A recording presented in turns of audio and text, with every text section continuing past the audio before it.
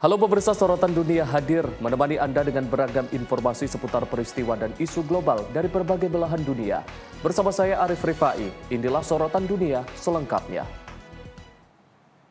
Pemirsa, badai Melissa terus mengganas. Pusat Badai Nasional Amerika Serikat melaporkan Melissa telah menguat menjadi badai kategori 4. Wilayah Karibia Utara termasuk Jamaika dan Haiti saat ini dalam kondisi siaga menghadapi potensi banjir bandang dan longsor yang mengancam jiwa. Badai Melissa menguat menjadi badai kategori 4 pada Minggu 26 Oktober 2025.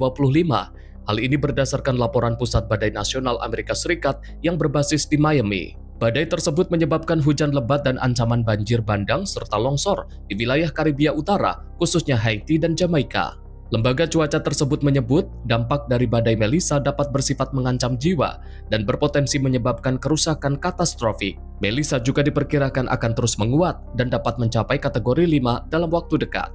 Wakil Direktur Pusat Badai Nasional, Jamie Rome, mengingatkan bahwa kondisi cuaca di Jamaika akan memburuk dengan cepat dan warga diminta untuk bersiap menghadapi badai ini selama beberapa hari.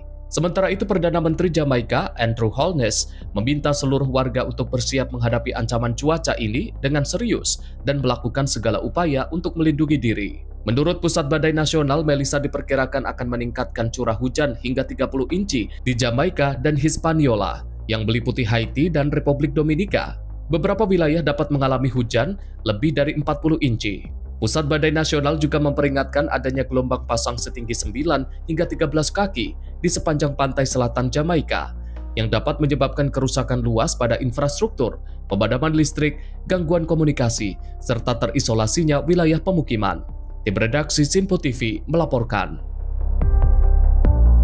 Pemirsa, kapal perang Amerika Serikat bersandar di ibu kota Trinidad dan Tobago pada Minggu 26 Oktober 2025 di tengah meningkatnya tekanan militer pemerintah Trump terhadap Presiden Venezuela Nicolas Maduro. Kehadiran kapal perang ini memicu reaksi beragam baik dari pemerintah setempat maupun masyarakat sipil.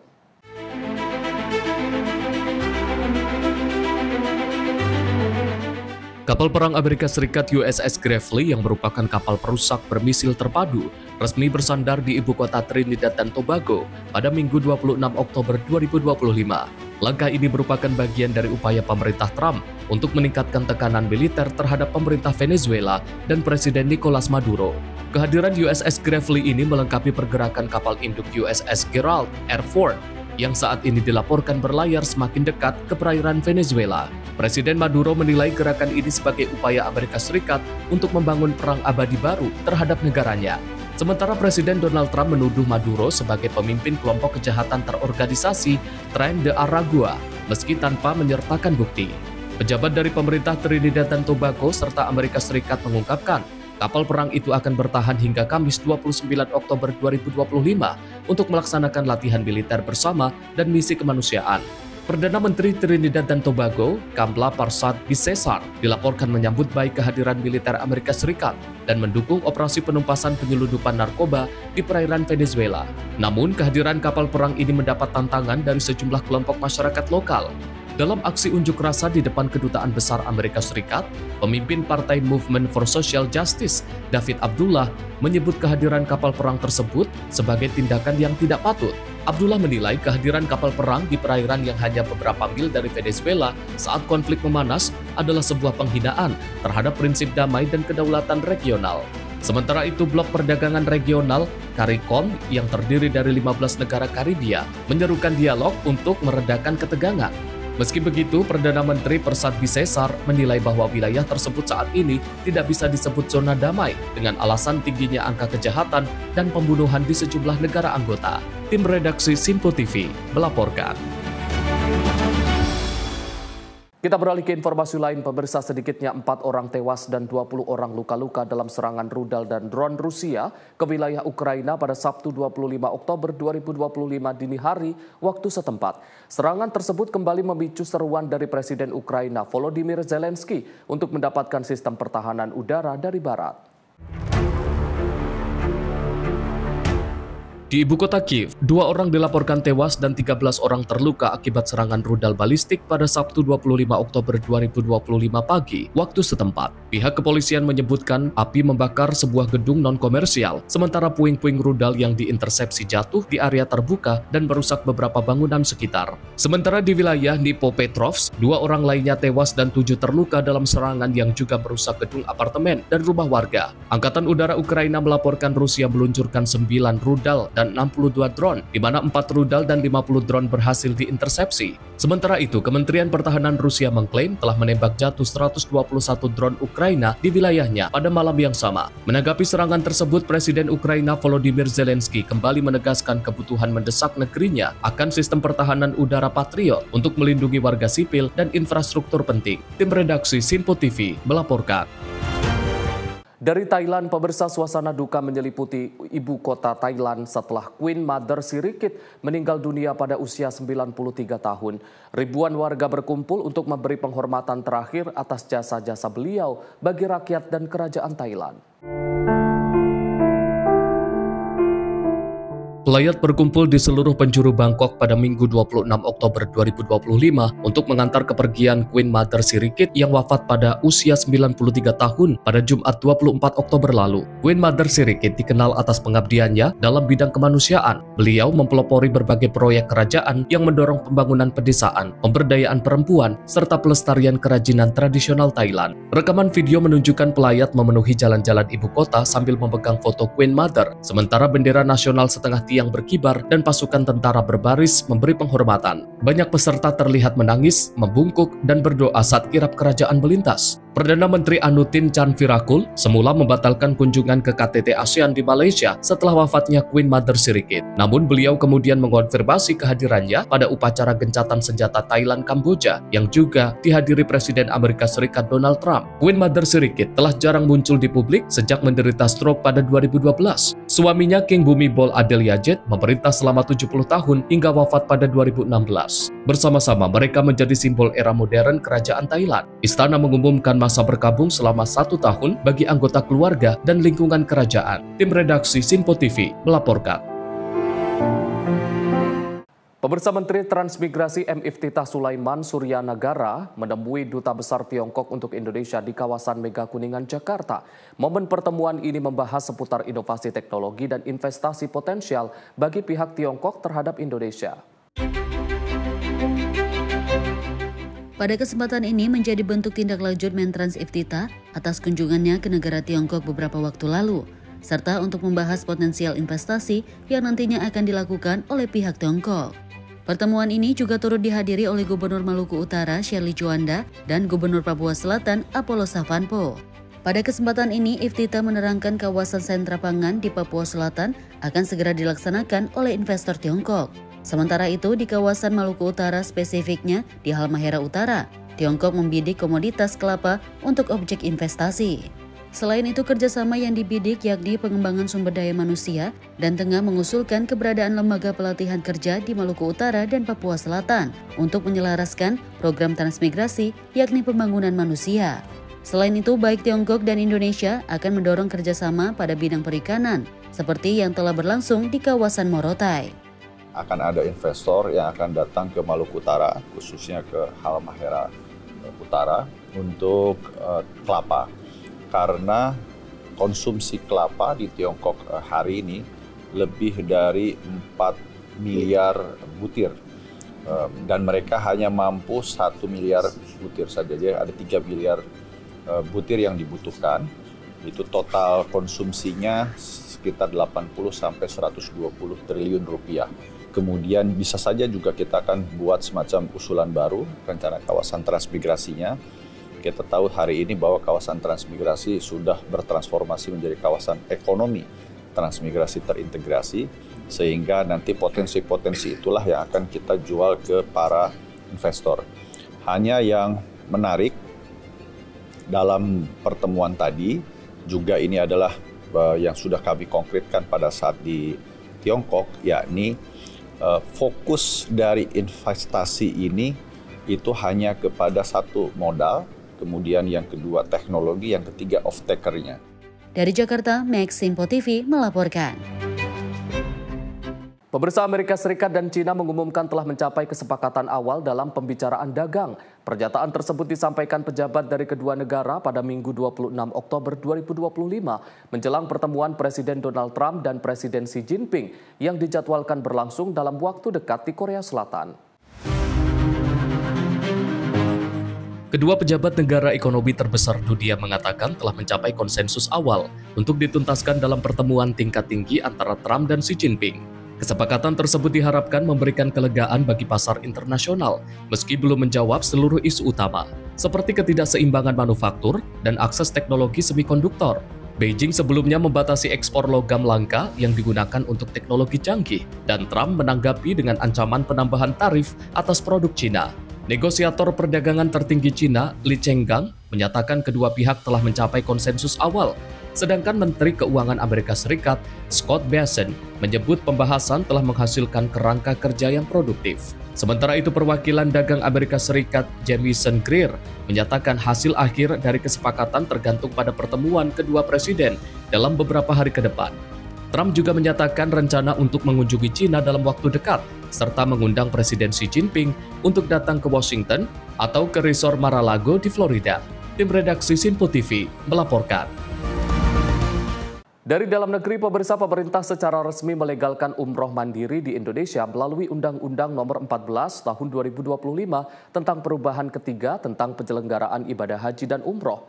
Calon jemaah nantinya dapat berangkat tanpa melalui biro travel umroh atau penyelenggara perjalanan ibadah umroh. Wakil Menteri Haji dan Umroh, Dhanil Anzar Simanjuntak, menjelaskan dengan dilegalkannya umroh mandiri melalui undang-undang untuk menyesuaikan perkembangan regulasi negara Arab Saudi. Dhanil menyebut hal ini juga merupakan upaya pemerintah dalam melindungi calon jemaah umroh mandiri. Nantinya para calon jemaah harus terdaftar terlebih dahulu dan juga melakukan pemesanan layanan di Arab Saudi melalui sistem nusuk. Terkait dengan umroh mandiri, memang sudah diatur dan dilegalkan oleh undang-undang terbaru kita, Undang-Undang Haji, yaitu Undang-Undang Nomor 14 Tahun 2025. Nah, undang-undang tentu menyesuaikan dengan perkembangan regulasi yang ada di Saudi Arabia atau Kerajaan Saudi Arabia. Pada saat ini pintu atau gerbang untuk pelaksanaan haji mandiri memang sangat dibuka oleh Kementerian Haji dan Umroh Saudi Arabia, sehingga Indonesia tentu secara regulasi harus kompatibel, bahkan harus menyesuaikan regulasi kerajaan Saudi Arabia, sehingga kita kemudian di dalam undang-undang atau perubahan undang-undang bersama dengan DPR itu melegalkan haji mandiri. Nah, pelegalan haji mandiri ini berangkat dari perubahan-perubahan yang sangat radikal di perkembangan ekosistem ekonomi haji, di mana banyak sekali jamaah umroh mandiri dari seluruh dunia termasuk dari Indonesia sudah melakukannya selama ini. Nah, bahkan ketika undang-undang lama tidak mengakomodir pelaksanaan umroh mandiri, jamaah umroh kita sudah banyak yang melakukan umroh mandiri karena aturan dan regulasi pemerintah Kerajaan Saudi Arabia sangat membuka peluang itu. Nah, sehingga kita ingin melindungi seluruh jamaah umroh mandiri atau seluruh jamaah umroh kita, maka kita masukkanlah di dalam undang-undang untuk memastikan perlindungan terhadap jamaah umroh mandiri. Namun ketika kita ingin melakukan perlindungan terhadap jamaah umroh mandiri, juga artinya kita juga akan melindungi seluruh ekosistem ekonomi yang ada di dalamnya.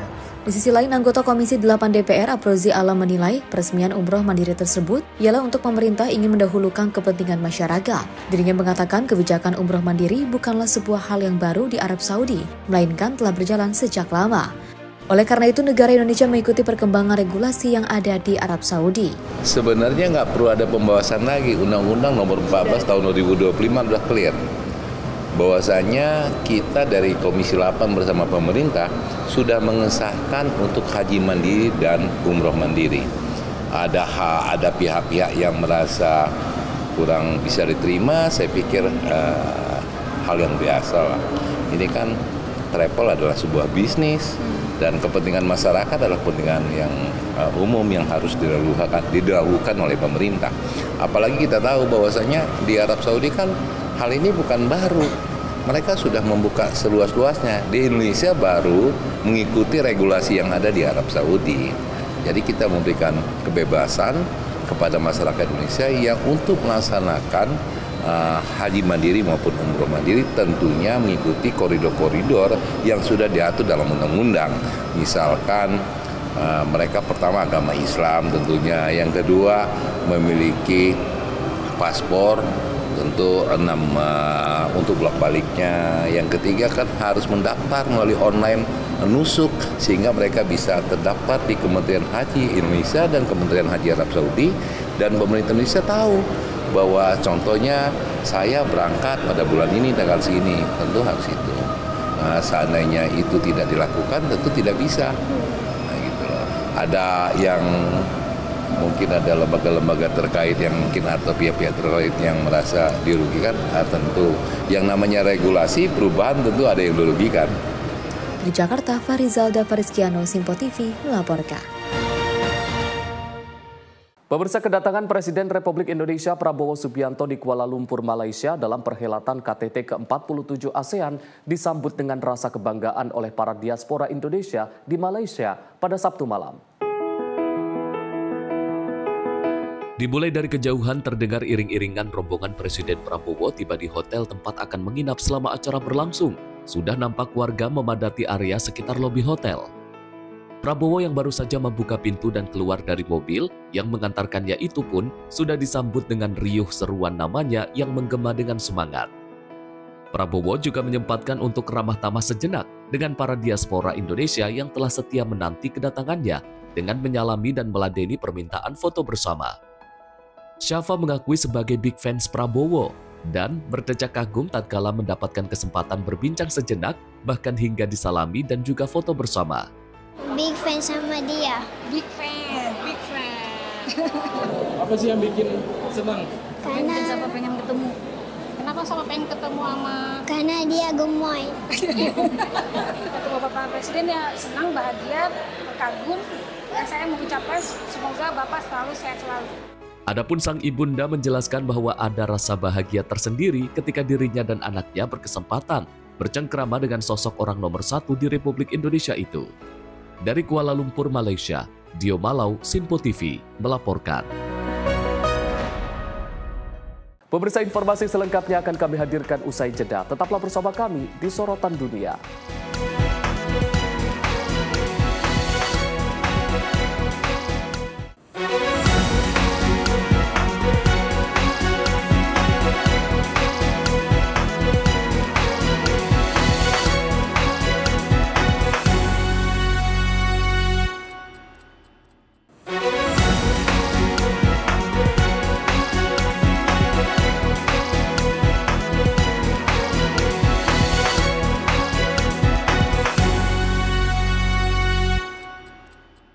Terima kasih pemirsa Anda masih bersama kami di Sorotan Dunia. Presiden Amerika Serikat Donald Trump sempat memberikan pujian dan menyampaikan apresiasi tinggi kepada Presiden Republik Indonesia Prabowo Subianto atas peran Prabowo dalam mendukung upaya perdamaian di kawasan Timur Tengah. Hal itu disampaikan Trump dalam pidatonya pada konferensi tingkat tinggi atau KTT ke-47 ASEAN yang digelar di Kuala Lumpur Convention Center. Trump menegaskan komitmen Amerika Serikat untuk memperkuat kemitraan strategis dengan negara-negara Asia Tenggara, terutama di bidang perdagangan, keamanan, teknologi, dan energi. Well as my friend, President Prabowo of Indonesia for their incredible support of these efforts to secure the new day for the Middle East. It really is a new day. There's never been a period of time like this. The Middle East will have peace after 3,000 years. This is a very strong peace. It's going to be an everlasting peace. We're delighted to forge richer partnerships on energy technology, artificial intelligence, critical minerals, and other industries. I'd like to just say the United States is for you. It's committed to a free and open and thriving Indo-Pacific. My message to the nations of Southeast Asia is that the United States is with you 100%, and we intend to be a strong partner and friend for many generations to come. Pidato tersebut disampaikan di hadapan para kepala negara dan pemerintahan anggota ASEAN, termasuk Prabowo, Perdana Menteri Malaysia Anwar Ibrahim, serta sejumlah pemimpin dari negara-negara lainnya. Dari Jakarta, Dio Malau, Sinpo TV, melaporkan. Sementara itu, pemirsa, Presiden Republik Indonesia Prabowo Subianto mengatakan konferensi tingkat tinggi atau KTT ke-47 ASEAN menunjukkan semangat kebersamaan dan komitmen perdamaian di kawasan Asia Tenggara. Hal itu disampaikan Prabowo kepada media usai menghadiri serangkaian acara KTT. Prabowo menyampaikan bahwa Indonesia mendukung hubungan berkelanjutan Amerika Serikat dengan ASEAN yang selama ini memberikan dampak positif bagi kedua belah pihak. Prabowo juga mengapresiasi peran Amerika Serikat dalam memediasi konflik yang terjadi antara Thailand dan Kamboja yang dinilai sebagai salah satu capaian konkret. Baik, bagus, baik.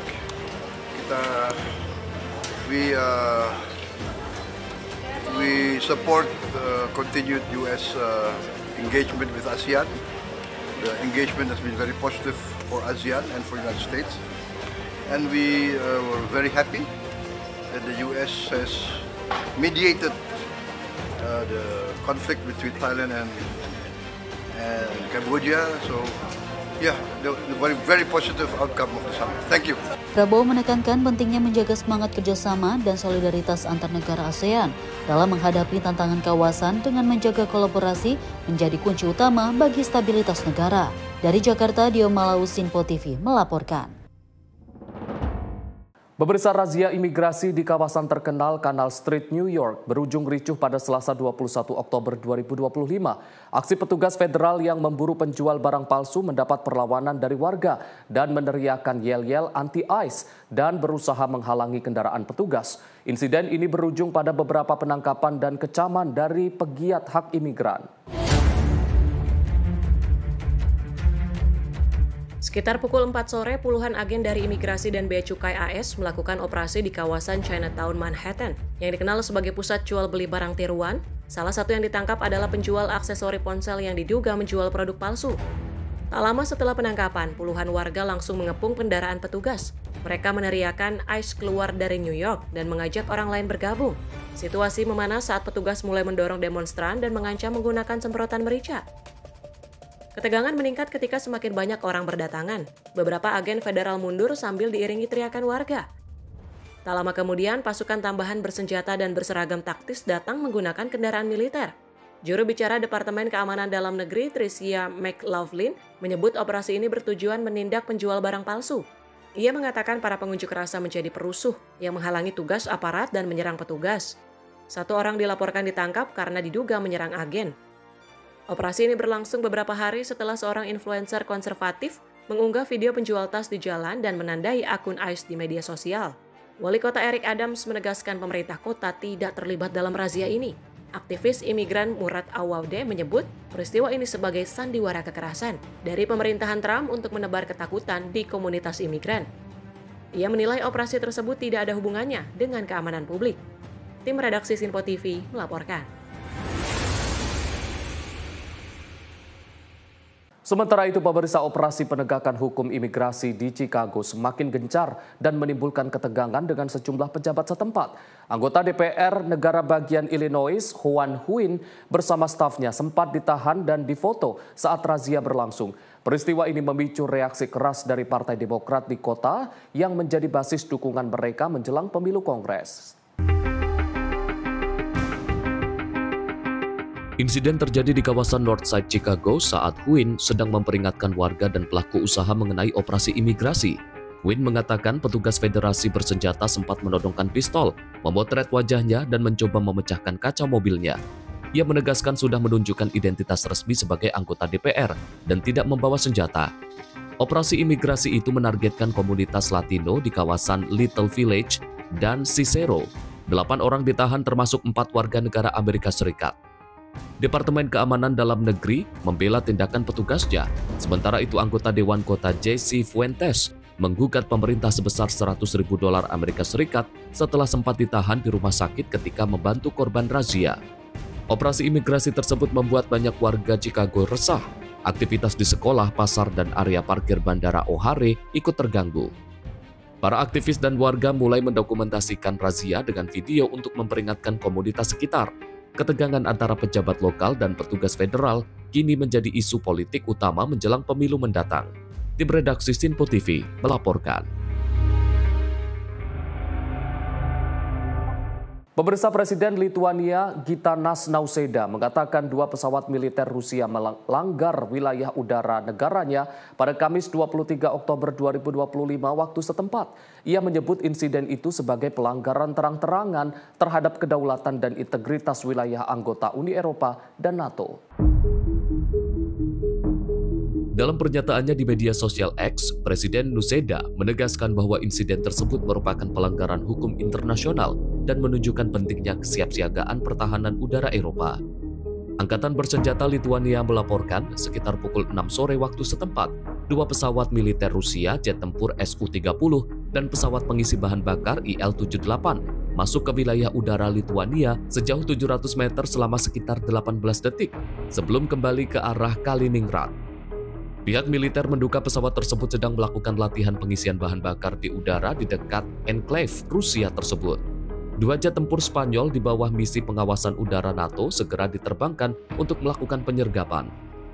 Insiden ini terjadi di tengah meningkatnya kewaspadaan negara-negara Baltik atas agresi Rusia terhadap Ukraina. Dalam beberapa minggu terakhir, sejumlah insiden drone dan pelanggaran udara dilaporkan terjadi di wilayah perbatasan, memicu kekhawatiran bahwa Presiden Vladimir Putin tengah menguji refleks pertahanan NATO.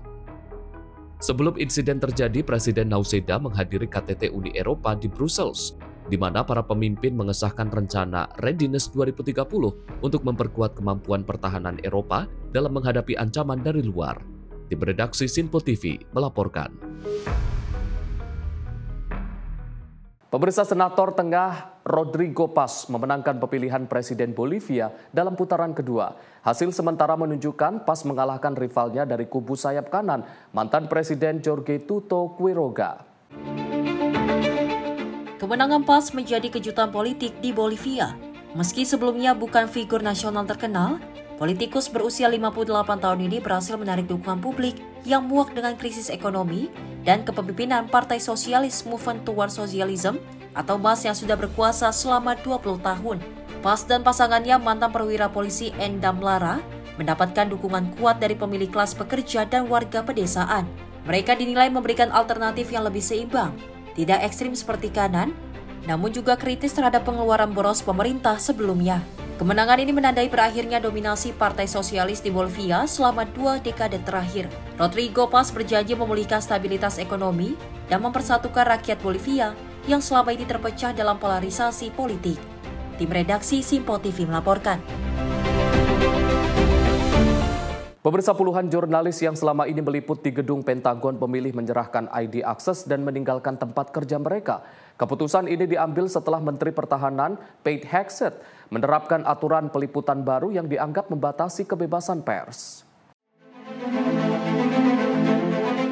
Suasana di gedung Pentagon mendadak berubah pada Rabu 15 Oktober 2025 saat puluhan jurnalis terlihat mengemas barang-barang mereka, menyerahkan ID akses, dan keluar dari gedung pertahanan Amerika Serikat. Mereka menolak untuk menandatangani aturan baru yang diterbitkan oleh Menteri Pertahanan Pete Hegseth. Dalam aturan tersebut, jurnalis hanya diizinkan melaporkan informasi yang sudah mendapat persetujuan langsung dari pihak Pentagon. Baik informasi yang rahasia maupun yang umum, semuanya wajib melalui proses penyetujuan terlebih dahulu. Bila melanggar, para jurnalis bisa sewaktu-waktu kehilangan izin akses atau diusir dari gedung Pentagon. Kebijakan baru ini mendapat penolakan luas dari berbagai media nasional. Secara terbuka menyatakan tidak akan menandatangani ketentuan yang mereka nilai membatasi kebebasan pers. Sebagian jurnalis terlihat membawa dokumen, foto, dan peralatan kerja dari meja mereka sebelum meninggalkan gedung pertahanan tersebut. Sebagian di antara mereka mengungkapkan kesedihan karena telah bekerja di Pentagon selama bertahun-tahun, namun memilih prinsip kebebasan informasi di atas akses fisik. Beberapa media menilai kebijakan kebijakan ini sebagai spoon feeding atau upaya untuk mengendalikan berita dan membatasi informasi hanya sesuai kepentingan pemerintah.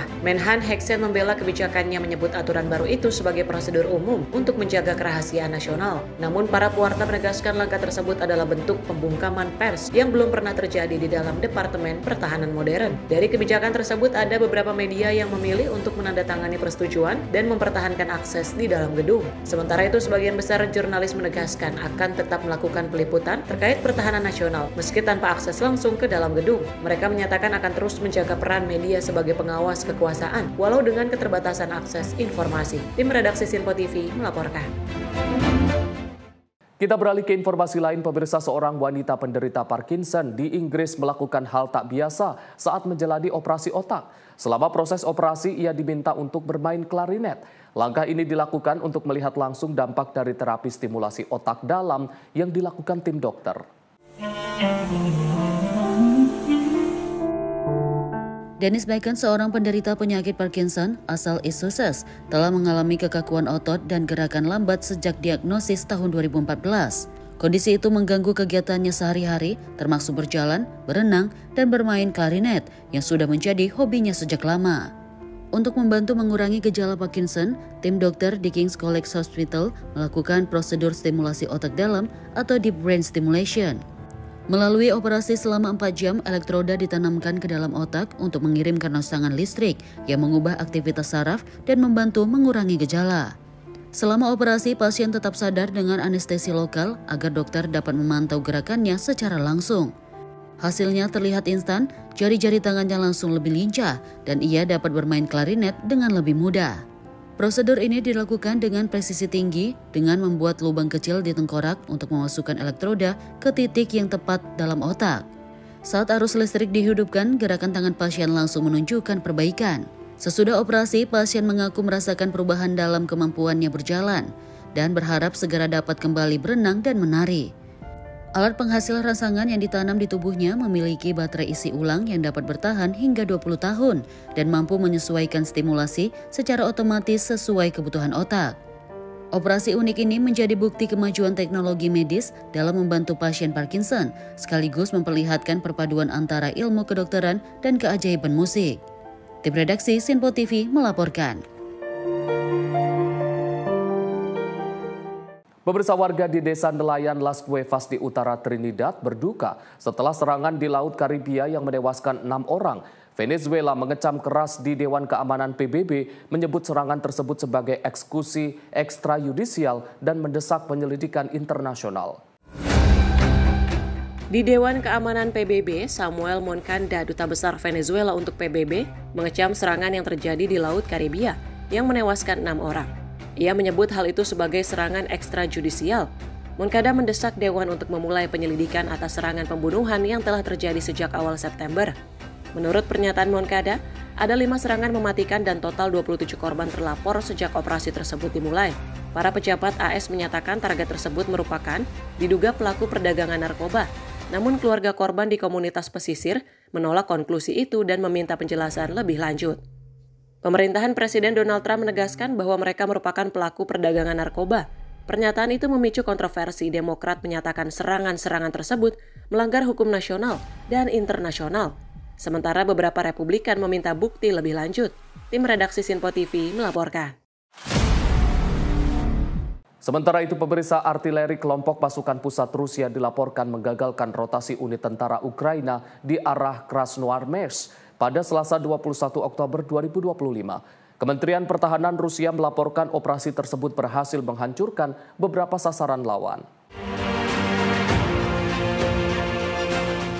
Rekaman menunjukkan para prajurit menggunakan meriam tarik M46 untuk menembak sasaran di zona tempur. Dalam video terlihat pula para tentara menutupi meriam dengan ranting pohon. Menurut Kementerian Pertahanan Rusia, operator UAV menemukan beberapa musuh di sebuah pos pertahanan saat melakukan pengintaian udara. Moskow meluncurkan serangan militer ke Ukraina pada akhir Februari 2022 setelah mengakui kemerdekaan Republik Rakyat Donetsk dan Lugansk atau DPR dan LPR. Rusia mengklaim Kiev gagal memberikan status khusus sesuai perjanjian Minsk 2014 dan meminta Ukraina menyatakan netral serta tidak bergabung dengan NATO. Kiev mengecam tindakan Rusia sebagai invasi. Presiden Volodymyr Zelensky memberlakukan darurat militer secara nasional dan mengumumkan mobilisasi umum. Sementara Uni Eropa dan Amerika Serikat menjatuhkan sejumlah sanksi terhadap Moskow. Tim redaksi Sinpo TV melaporkan. Pemirsa, Presiden Prabowo Subianto dan Presiden Brazil Lula da Silva menyaksikan penandatanganan 8 kesepakatan kerjasama strategis antara Indonesia dan Brazil. Kesepakatan ini mencakup berbagai bidang penting seperti energi, teknologi, pertanian, dan kemitraan bisnis.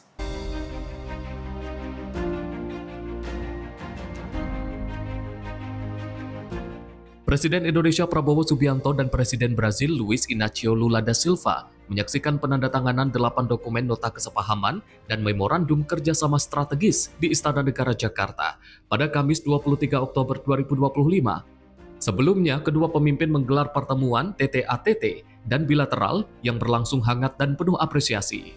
Prabowo menyambut baik kunjungan kenegaraan Lula sebagai tindak lanjut dari lawatan balasan ke Brasilia pada Juli lalu. Ia menegaskan bahwa kunjungan timbal balik ini menunjukkan semakin kuatnya hubungan persahabatan dan komitmen bersama untuk memperluas kerjasama di berbagai bidang strategis antara kedua negara. Selanjutnya, memorandum saling pengertian antara Badan Riset dan Inovasi Nasional Republik Indonesia dan Kementerian Sains, Teknologi dan Inovasi Republik Federasi Brazil tentang kerjasama sains, teknologi, dan inovasi.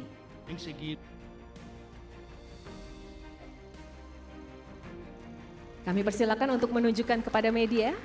Temos que mostrar para a mídia. Pangan dan Energi Republik Federasi Brazil tentang kerjasama energi dan pertambangan. Kami persilakan untuk dapat menunjukkan kepada media. Pedimos favor para mostrar para a mídia. Memorandum saling pengertian antara Danantara Indonesia dan GBS. Kami persilakan untuk menunjukkan kepada media. Favor, mostra para a mídia. Memorandum saling pengertian antara Kadin dan Apex tentang kerjasama promosi dagang. Kami persilakan untuk ditunjukkan kepada media. Favor, mostra para a mídia. Berikutnya, memorandum saling pengertian antara PT Perusahaan Listrik Negara Persero Indonesia dan JNF SA Brazil.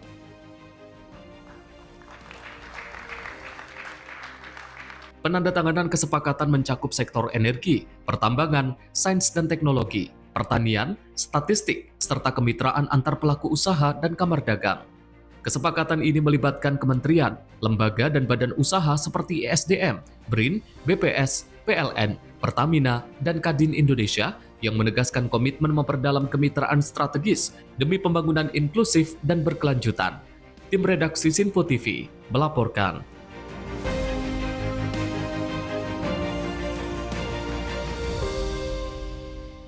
Pemirsa, informasi lainnya akan kami hadirkan usai jeda. Tetaplah bersama kami di Sorotan Dunia.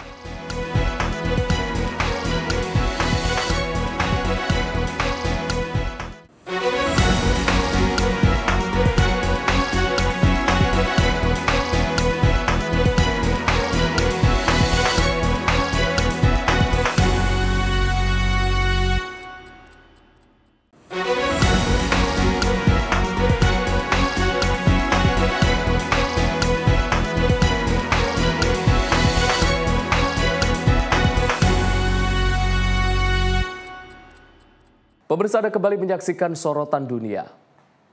Dalam pidatonya pada KTT ke-28 ASEAN Plus 3 di Kuala Lumpur, Presiden Prabowo Subianto menekankan pentingnya kerjasama konkret dan persaingan sehat di kawasan. Ia juga menyerukan penguatan integrasi regional, diversifikasi perdagangan, dan juga kesiapsiagaan pangan antar negara.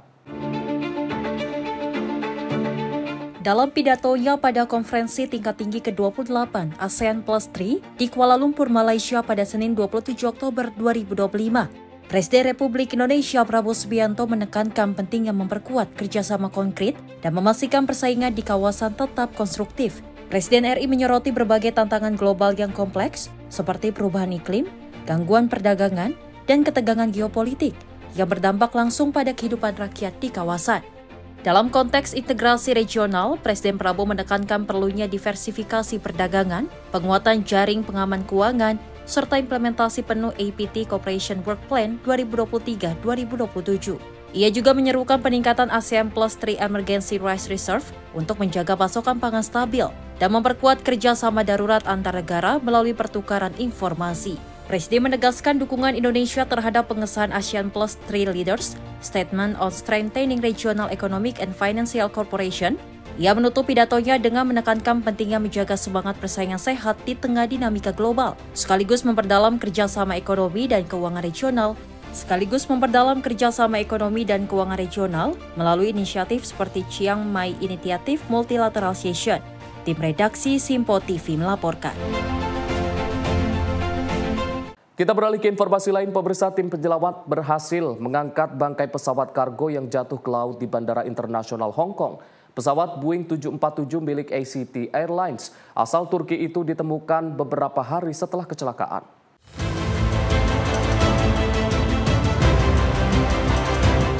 Operasi penyelamatan dimulai dengan survei sonar bawah air dan penutupan sementara landasan tempat kecelakaan terjadi. Bagian depan badan pesawat berhasil diangkat setelah tim penyelamat menggunakan kapal khusus untuk mengangkat dan menempatkannya di atas kapal penyangga. Meski bekerja dalam kondisi cuaca yang menantang, tim juga menemukan ekor pesawat dan komponen lainnya termasuk flight data recorder dan cockpit voice recorder yang langsung dikirim untuk pemeriksaan awal. Pihak berwenang Hong Kong menyatakan penyelidikan masih berlanjut untuk menentukan penyebab insiden. Menurut Stephen Yu, Direktur Operasi Bandara Hong Kong, kondisi cuaca dan landasan saat itu sesuai standar, namun faktor mekanis dan manusia masih diselidiki. Pesawat tersebut disewa oleh maskapai Emirates dan diawaki oleh kru Turki.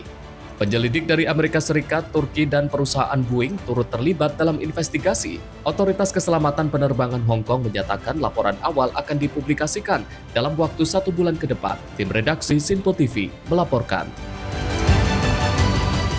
Pemirsa, militer Amerika Serikat melancarkan serangan ke-9 terhadap kapal yang diduga membawa narkoba di Samudra Pasifik Timur, menyebabkan 3 orang tewas. Serangan ini terjadi sehari setelah serangan sebelumnya yang juga menewaskan 2 orang di lokasi yang sama. Serangan ini menjadi perluasan dari kampanye militer Amerika Serikat melawan penyelundupan narkoba di Amerika Selatan yang sebelumnya terfokus di Laut Karibia. Dengan serangan di Samudra Pasifik, area target militer meluas ke wilayah di mana kebanyakan kokain dari produsen terbesar dunia diselundupkan. Menhan Hegseth menyamakan perang melawan kartel narkoba dengan perang melawan terorisme setelah serangan 11 September 2001. Ia juga menyebut para penyelundup sebagai Al-Qaeda di hemisfera barat. Presiden Donald Trump membela serangan ini dengan mengatakan Amerika Serikat sedang berada dalam konflik bersenjata dengan kartel narkoba yang mengklaim organisasi kriminal itu sebagai pejuang tidak sah. Menggunakan dasar hukum yang sama dengan yang digunakan pada perang melawan terorisme pada masa Presiden George W. Bush. Tim redaksi melaporkan. Pemirsa, dalam aksi yang hanya membutuhkan waktu 4 menit, para pencuri menggunakan lift untuk menaiki fasad Museum Louvre Paris, mengambil perhiasan mahkota Napoleon. Kejadian terjadi saat museum sudah dibuka untuk umum dan disebut sebagai salah satu pencurian terbesar dalam sejarah museum Eropa. Pencuri memanjat fasad menggunakan lift yang mereka bawa sendiri. Masuk melalui jendela, mereka langsung menuju Galeri Apollon, tempat benda-benda kerajaan Prancis dipamerkan. 2 kotak display dipecahkan dan 8 benda dicuri sebelum mereka kabur dengan sepeda motor. Menteri Budaya Rachida Dati menyebut aksi ini sebagai operasi profesional 4 menit.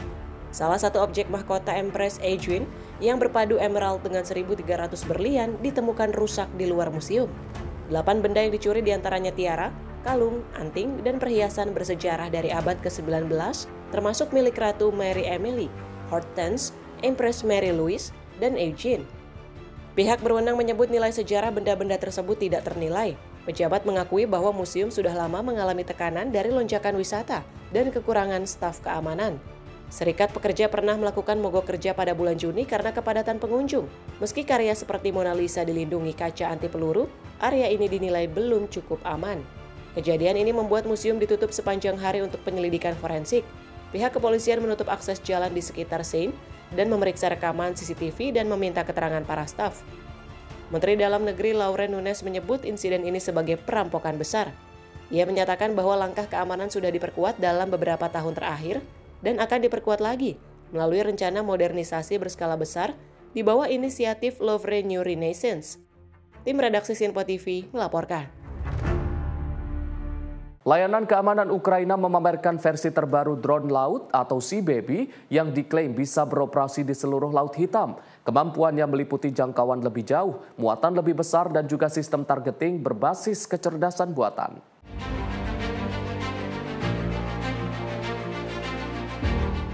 Layanan Keamanan Ukraina atau SBU mengumumkan peningkatan kapabilitas pada platform USV yang dikenal dengan nama Sea Baby. Menurut keterangan resmi, jangkauan operasional kapal tanpa awak ini ditingkatkan dari sekitar 1.000 km menjadi 1.500 km. Kapasitas muatan dilaporkan sampai 2.000 kg sehingga memungkinkan pemasangan perlengkapan persenjataan lebih berat. Pada demonstrasi terbatas yang dihadiri pers internasional, terlihat varian-varian yang dilengkapi peluncuran roket multiple launcher serta turret senapan mesin berstabilisasi. Pejabat SBU menyebutkan fitur baru seperti sistem penentuan teman atau musuh berbasis AI, kemampuan meluncurkan drone udara kecil, serta mekanisme pemusnahan berlapis untuk mencegah penyerahan atau penjarahan aset. SBU mengklaim serangan dengan USV telah memberi dampak strategis pada operasi Angkatan Laut Rusia. Menurut laporan, serangan-serangan tersebut telah mengenai beberapa kapal Rusia, termasuk fregat dan kapal pembawa rudal. Hasilnya, beberapa kemampuan armada Rusia dipindahkan dari Sevastopol ke Novorossiysk di pantai Laut Hitam Rusia. Sea Baby telah berkembang dari platform sekali pakai menjadi sistem yang dapat digunakan ulang dan multifungsi. Transformasi ini dipandang sebagai langkah maju dalam perang laut asimetris. Operasi drone dilakukan dari pusat kendali mobile yang sering berada di dalam sebuah van. Operator memantau sebaris layar dan kontrol jarak jauh untuk mengendalikan aset-aset ini. SBU juga menyerukan bahwa program Sea Baby didanai sebagian melalui sumbangan publik yang dikoordinasikan oleh inisiatif negara dan dilakukan bersinergi dengan pimpinan militer serta politik Ukraina. Menurut pejabat proyek, pengembangan dari perahu serang sekali pakai ke drone yang terjaring jaringan menjadi pencapaian penting dari sudut taktikal. Pada varian baru ini telah dipasang persenjataan roket yang memungkinkan pengoperasian dari jarak aman di luar jangkauan tembakan musuh. Hal ini menjadi bukti bagi publik bahwa dana sumbangan digunakan untuk meningkatkan efektivitas operasi militer. Tim redaksi Sinpo TV melaporkan. Mantan Presiden Prancis Nicolas Sarkozy resmi memulai hukuman penjara 5 tahun atas kasus konspirasi pendanaan ilegal kampanye Presiden 2007. Langkah ini menjadikannya mantan kepala negara modern pertama di Prancis yang dipenjara. Nicolas Sarkozy, Presiden Prancis periode 2007-2012, resmi menjalani hukuman di penjara La Santé, Paris setelah dinyatakan bersalah dalam kasus konspirasi kriminal untuk mendanai kampanyenya dengan dana dari pemerintah Libya. Sarkozy yang kini berusia 70 tahun disambut ratusan pendukung saat meninggalkan rumahnya di Paris bersama istrinya, mantan supermodel Carla Bruni. Tak lama kemudian, mobil polisi yang membawanya masuk melalui gerbang penjara La Santé. Menurut pengacaranya, Sarkozy akan ditempatkan di sel isolasi demi keamanan. Ia dilaporkan membawa beberapa sweater, penyumbat telinga, dan 3 buku. Salah satunya The Count of Monte Cristo karya Alexander Dumas. Dalam pernyataan di media sosial, Sarkozy menyebut dirinya pria tak bersalah yang dikurung secara tidak adil dan berjanji akan terus memperjuangkan kebenaran. Pihak pengacaranya telah mengajukan permohonan pembebasan sementara saat proses banding berjalan. Dukungan untuk Sarkozy terlihat di sepanjang jalan menuju penjara. Ratusan warga melambaikan bendera Prancis sambil menyerukan Nicolas dan menyanyikan lagu kebangsaan. Presiden Prancis Emmanuel Macron mengatakan telah bertemu Sarkozy sepekan sebelum penahanan, namun menegaskan bahwa pemerintah menghormati sepenuhnya independensi peradilan. Tim redaksi Sinpo TV melaporkan. Pemirsa, Presiden Prabowo Subianto dan Presiden Afrika Selatan Cyril Ramaphosa menunjukkan keakraban usai pertemuan bilateral di Istana Negara Jakarta. Momen penuh semangat tercipta saat keduanya menyerukan slogan perjuangan Amanlah Awetu di hadapan media.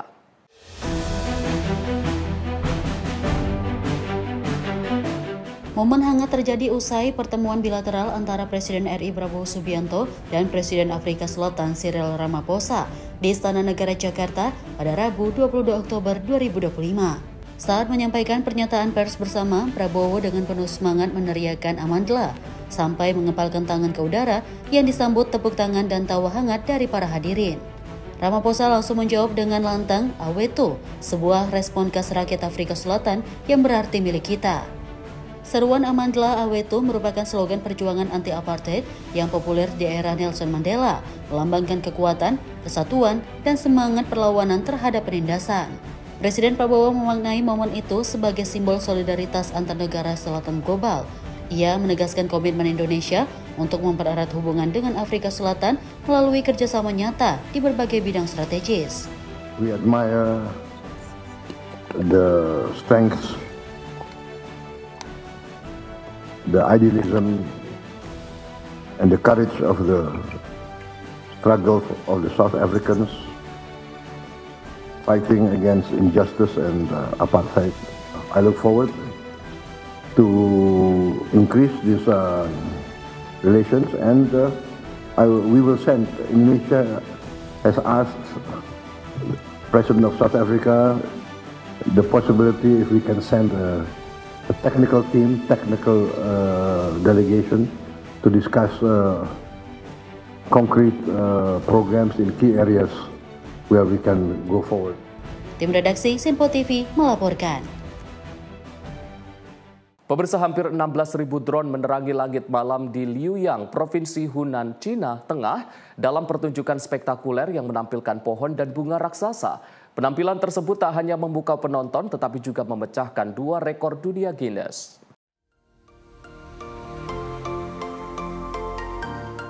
Hampir 16.000 drone menerangi langit malam di Liuyang, Provinsi Hunan, China Tengah dalam pertunjukan spektakuler yang menampilkan pohon menjulang tinggi dan bunga raksasa pada Jumat malam 17 Oktober 2025. Rekaman video menunjukkan presisi dan kesempurnaan sinkronisasi dalam pertunjukan yang menghadirkan Tree of Life atau pohon kehidupan dengan cabang-cabang bercahaya yang menyebar di langit malam sebelum cahaya kemilau emas mengalir turun seperti air terjun emas. Penampilan memukau ini memikat jutaan penonton secara langsung maupun online, menggabungkan teknologi, seni, dan kemegahan kembang api dalam pertunjukan yang mengubah definisi hiburan udara. Liuyang yang dikenal sebagai ibu kota kembang api China berhasil mencetak 2 rekor dunia Guinness selama acara tersebut. Rekor pertama untuk peluncuran serentak 15.947 drone yang dikendalikan oleh satu komputer.